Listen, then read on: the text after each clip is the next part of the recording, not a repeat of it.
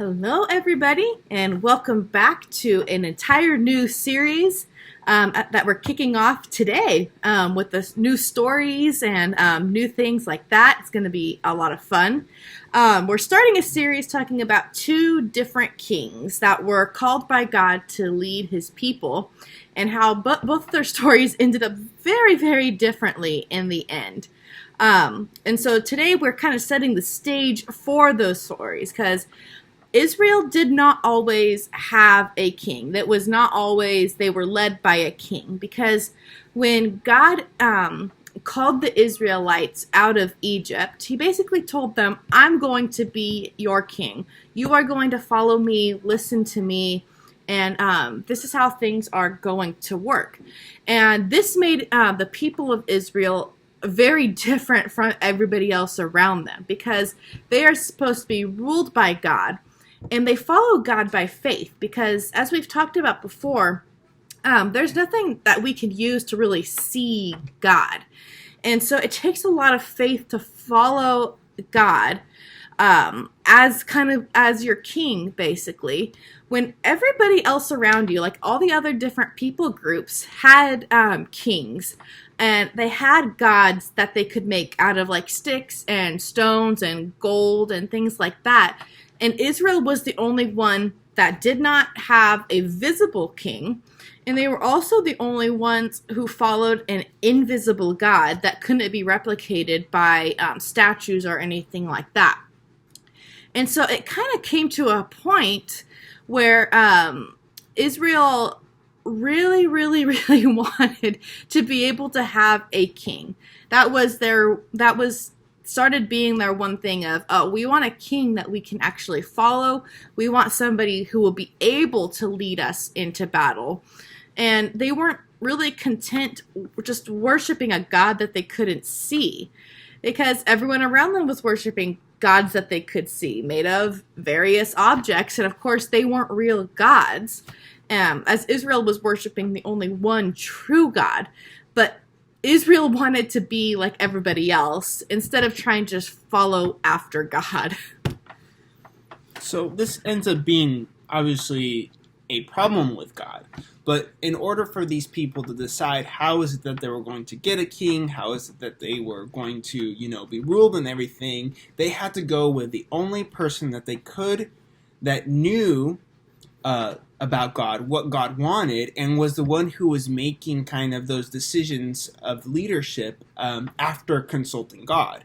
And this was Samuel at the time. He was a prophet, he was a judge, he was the one that God had called and taken all the way from being a little kid and recognizing him as the person who was going to be communicating with God in that time. So now, of course, all the way since the time of Moses, these people had someone like Moses, like Samuel, who would be talking with God and communicate to everyone around of the people of Israel, what did God want?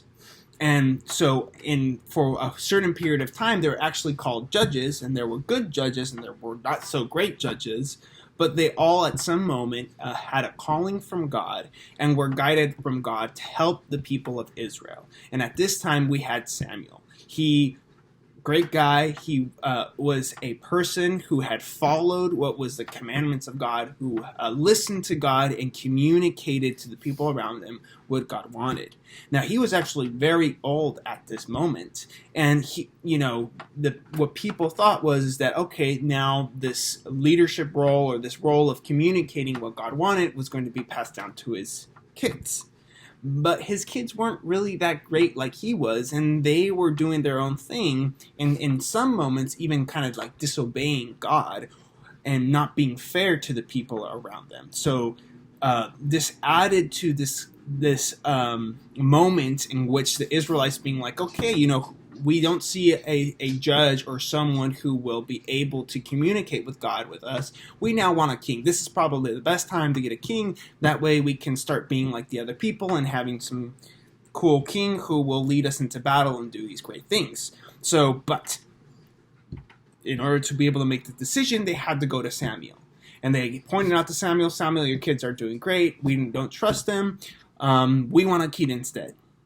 And Samuel knew that this was not what God wanted. God wanted to be the one that was above them, the one who would rule over them, who would lead them, who would bless them. And Samuel warned them, you guys, this is a bad idea. This is not what God wants. You guys are going to have a king, and the king is going to do a lot of terrible things that you guys aren't going to enjoy at the time. So, but they were insistent. The people of Israel was like, no, we want to be like other people. We want to have a king. You know, kings are the cool thing to have at the time. So what happens is that God tells Samuel, you know what? Don't worry. They aren't actually against you at the moment. They're against me, which is worse than being against a person. So he says, if this is what they want, sure, let's do this. Let's give them a king and see how it turns out for them. So this really is a very interesting moment, because the people of Israel didn't want what God wanted. They wanted whatever they wanted. They were being pretty selfish. And the same thing happens to us sometimes, because God may have a very specific plan for us that will bless us, that will protect us, that will make us move forward. But when we see maybe what people have around us, when we see, what the neighbor has, or the kids in our same class have, we sometimes will forget about what God wants for us, forget about what God wants to do in our lives, and say, no, I want that. I want what that person has. And that can lead to some big problems in the future, in which we don't really fulfill what God really has in store for us, which isn't great. And what we'll be seeing next is that when they received the king that they wanted, the one that was going to be amazing and wonderful to them, it wasn't really what they expected. So we'll talk about that more and some of the decisions that happen later on, because like we said, this is a very interesting story. And so we'll talk about that on Saturday of who this new king is and what happens next. So we'll see you then. See you.